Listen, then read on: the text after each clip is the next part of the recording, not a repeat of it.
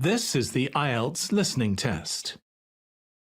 You will hear a number of different recordings and you will have to answer questions on what you hear. There will be time for you to read the instructions and questions, and you will have a chance to check your work. All the recordings will be played once only. The test is in 4 parts. At the end of the test, you will be given 10 minutes to transfer your answers to the answer sheet. Now turn to Part 1.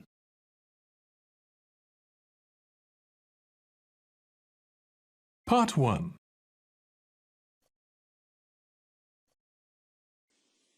You will hear a student from overseas phoning the Student Accommodation Office of a college in the UK for some information. First, you have some time to look at questions 1 to 4 on page 2.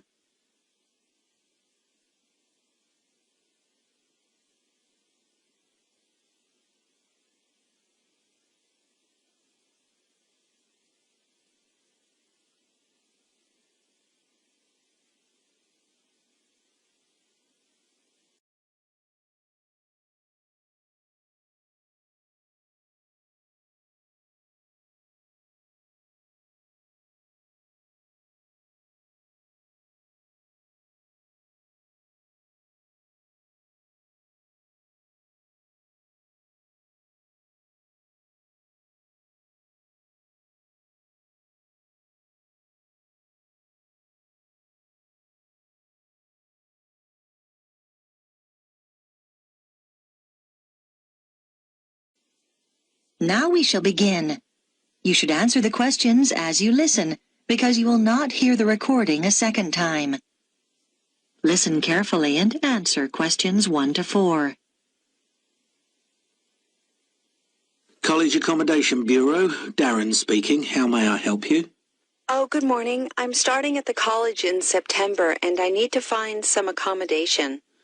Right. Well, there are various options. The first one is to stay in college accommodation. That'd be a single room. How much would that cost? Well, it depends. For a standard room, you're looking at £3,276 for the year. That's just for a room with wash basin. Or £3,834 if you want an ensuite. That's with your own small bathroom. I see. That's more than I expected. It does include heating. That's quite a saving because energy costs can be high, especially in winter. Does it include meals as well? No. All our rooms are self-catering now. There's a shared kitchen on each corridor where you can cook if you want to, or there are plenty of places to eat out on campus. Okay, and you said that's the price for the whole year? Well, you pay annually, but actually it's for 36 weeks. It doesn't include holidays. You have to vacate the room then. Oh, I'd need somewhere to stay in the holidays. I can't afford to go home. The flights are too expensive. Well, there is another option. Several families who either work at the college or have children studying here offer visiting students a room in their homes. Oh? We call this arrangement Home Welcome, and we've still got a few places left at the moment. You pay £150 per week, and that includes breakfast, a packed lunch and dinner, as well as heating. Is there a contract? Do you have to stay for the whole year? No, it's flexible. It sounds really good, but I'm not sure. I really want to be a little more independent.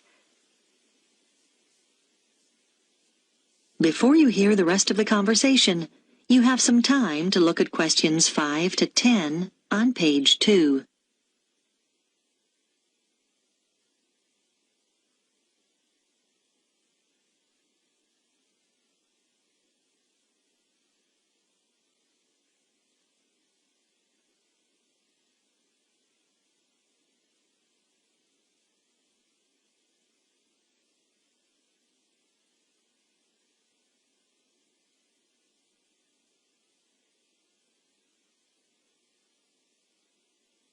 Now listen and answer questions 5 to 10. What about finding somewhere to live off campus? Yes, you can rent a property in town privately. You might want to rent a room in a shared house. You'd have a room of your own and share the kitchen and bathroom with other students. What about if I don't want to share? You can get what we call a studio. They're often quite small, but they'll have everything you need. Right. How much would those two options cost? Well, prices vary depending on which part of town the property's in. Generally speaking, the cheapest is around £275 a month for each student. Oh, that's not too bad. Yes, but it can also be as high as £490, and then you'll have to pay all your other bills. What sort of amount would I be looking at for those? Well, last year, students were paying on average about £43 per month each for gas and electricity. This year, it'll probably be somewhere in the region of £48. That's a lot. Yes, they've gone up quite a bit, and on top of that, you have to pay for water, and that'll probably be around £9. That didn't occur to me. And I guess I'd have to pay for transportation, too. That's right. Most of these properties are quite a long way from the college. Oh, it just gets worse and worse. What's the minimum contract on this type of accommodation? 6 months. And you have to pay a deposit. But of course, you can stay there over the holidays. That's true. And you'd have to provide references. They want 2 from someone in this country. I see. But that's not a problem. If you do choose this option, we can't find the property for you. You'd have to go through the estate agent which manages the property for the owner. Right. Thanks. Well, I think I'd like to see what's available privately. Could you give me the estate agent details?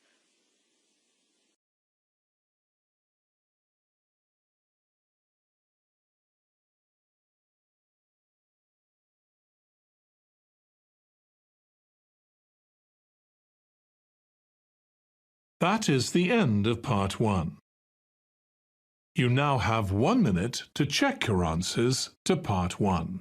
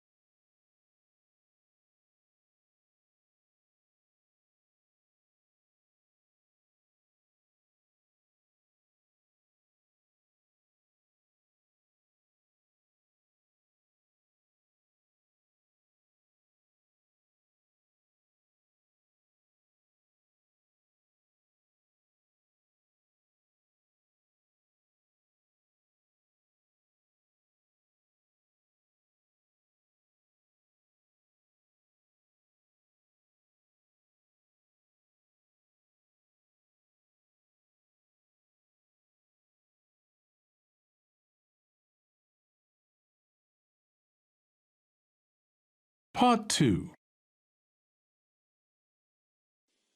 You will hear an audio guide introducing visitors to a museum.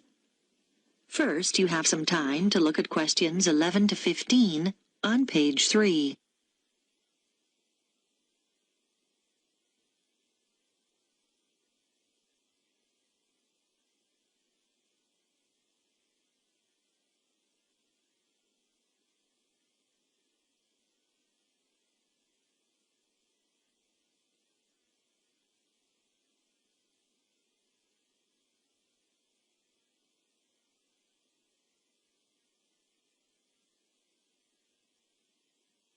Now listen carefully and answer questions 11 to 15. Welcome to the Global Museum, located at the heart of this truly multicultural city, which is home to more than 60 different nationalities. The museum has a number of exciting displays and exhibitions, and this audio guide is designed to help you make the most of your visit. Altogether, the museum has 18 different galleries, and this season sees the opening of 3 new exhibitions. We recommend that you begin your tour by visiting this season's highlights. The Heritage Clothes exhibition is located in Gallery 5 of the museum. People who live in the area have spent 2 years preparing this exhibition, which brings together some of the fascinating garments traditionally worn in their own communities. They researched the history of their community's clothing traditions and the customs and rituals associated with them. Altogether, 16 countries are represented, from Ghana to Korea, from Turkey to Nepal. The photographs that accompany each display case were taken by some of the City College students who are studying design and show the clothes being modelled by the real people who wear them in the course of their everyday lives. Another highlight this season is the exhibition called Toys from the Past, which can be found in Gallery 9.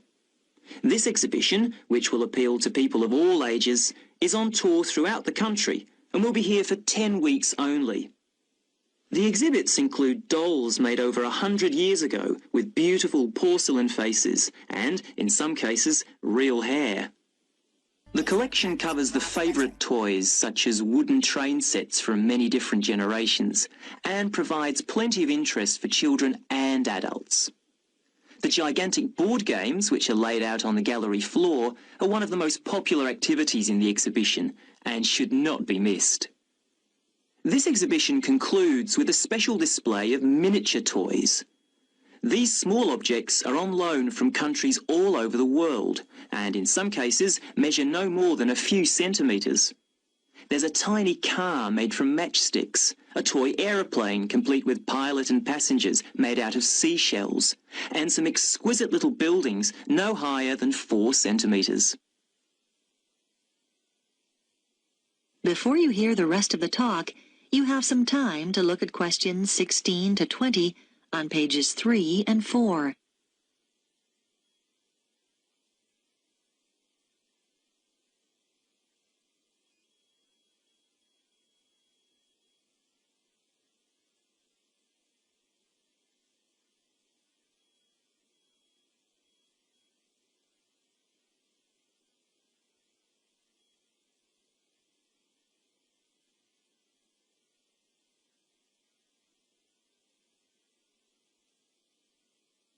Now listen and answer questions 16 to 20.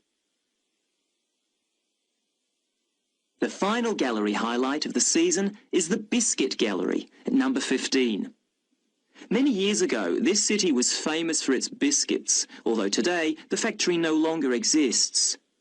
Did you know, for example, that before biscuits were packed in paper or cardboard boxes, biscuit tins were fashion items? The factory made tins, round, square, triangular, hexagonal, for a whole range of different occasions, to celebrate national events, festivals, famous faces and so on. One fascinating display deals with people's favourite biscuits. There are sweet biscuits and savoury ones, biscuits filled with jam and biscuits filled with currants, biscuits with pink, yellow and white sugar icing, or coloured sugar flowers. When the factory finally closed, it announced that people's favourite biscuit was not, as you might expect, a chocolate biscuit or one filled with jam and cream, but a plain, savoury one which was eaten with cheese.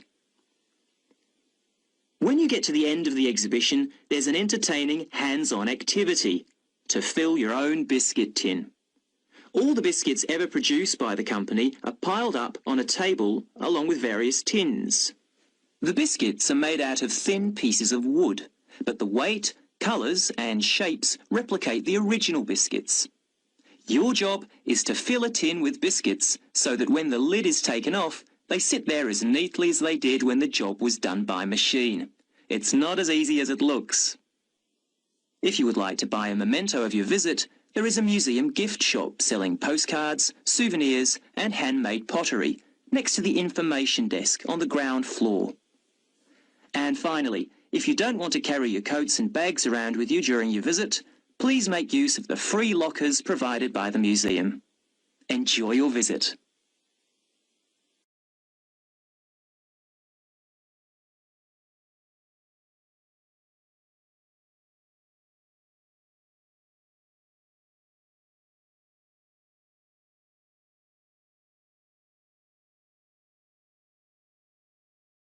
That is the end of Part 2.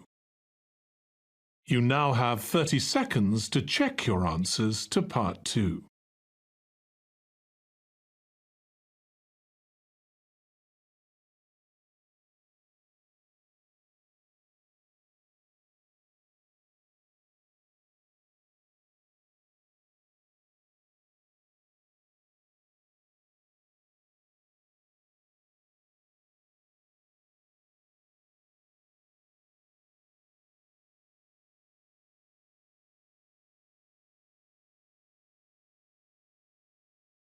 Part 3.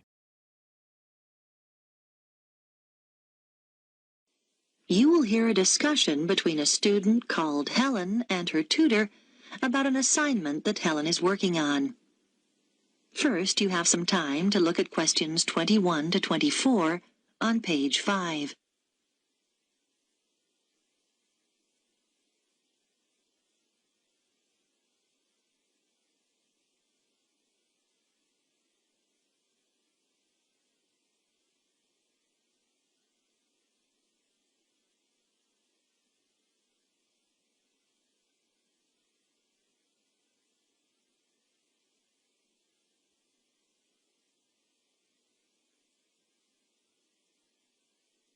Now listen carefully and answer questions 21 to 24.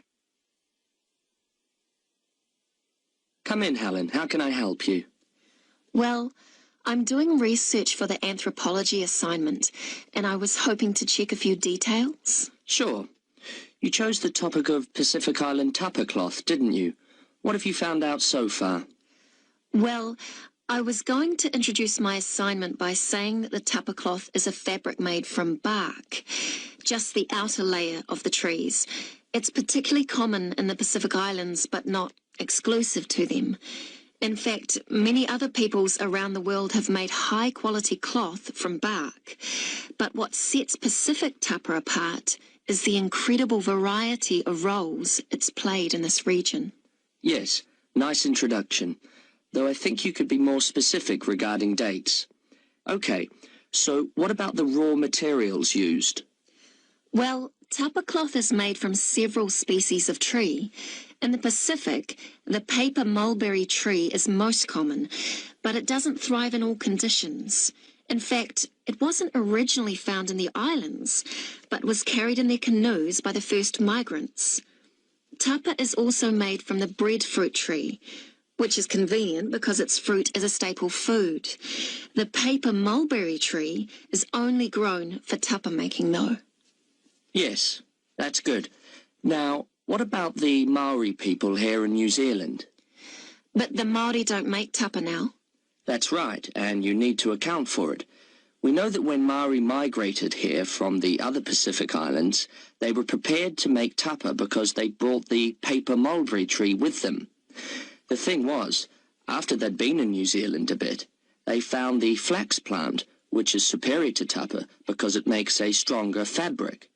By the time Europeans arrived in the 18th century, Maori were making all their fabric from flax and had been for some time. Okay. So, with the production process itself, first the inner bark is beaten with wooden hammers to soften the fibres. Then the different pieces are glued together using an adhesive paste made from the arrowroot tuber. This is the only way to fabricate large pieces of cloth because bark strands are too fine to be woven together and stitching isn't strong enough. Before you hear the rest of the discussion, you have some time to look at questions 25 to 30 on page 6.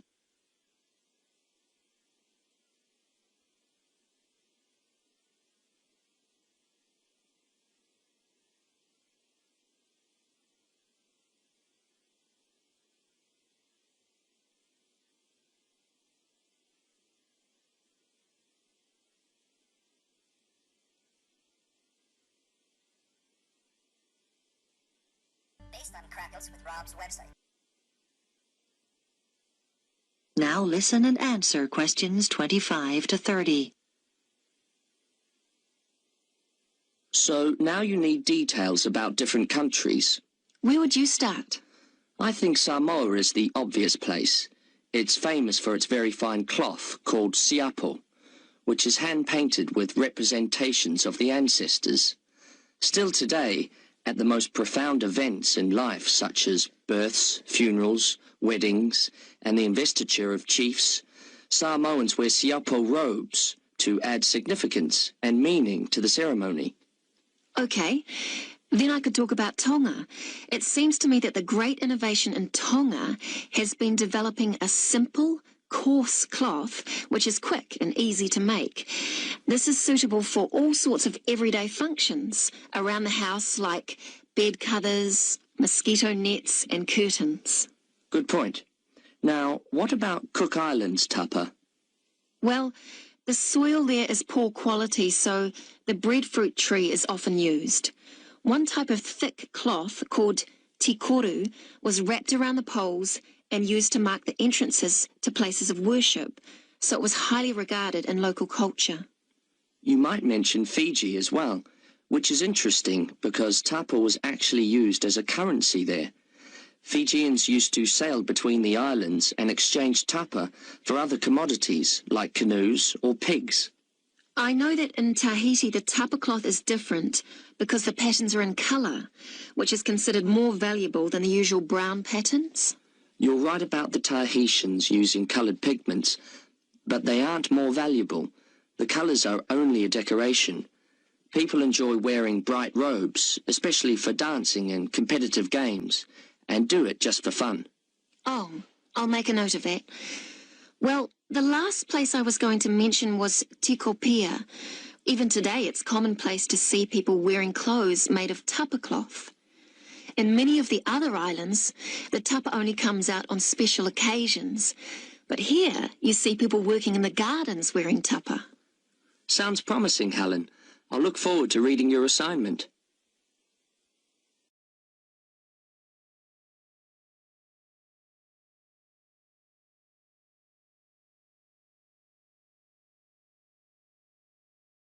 That is the end of part 3. You now have 30 seconds to check your answers to part 3.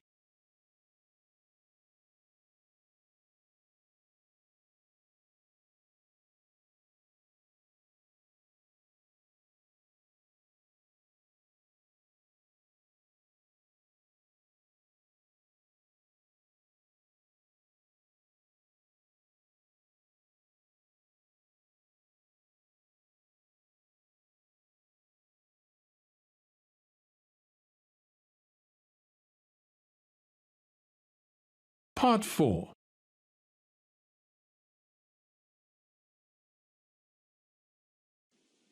You will hear part of a talk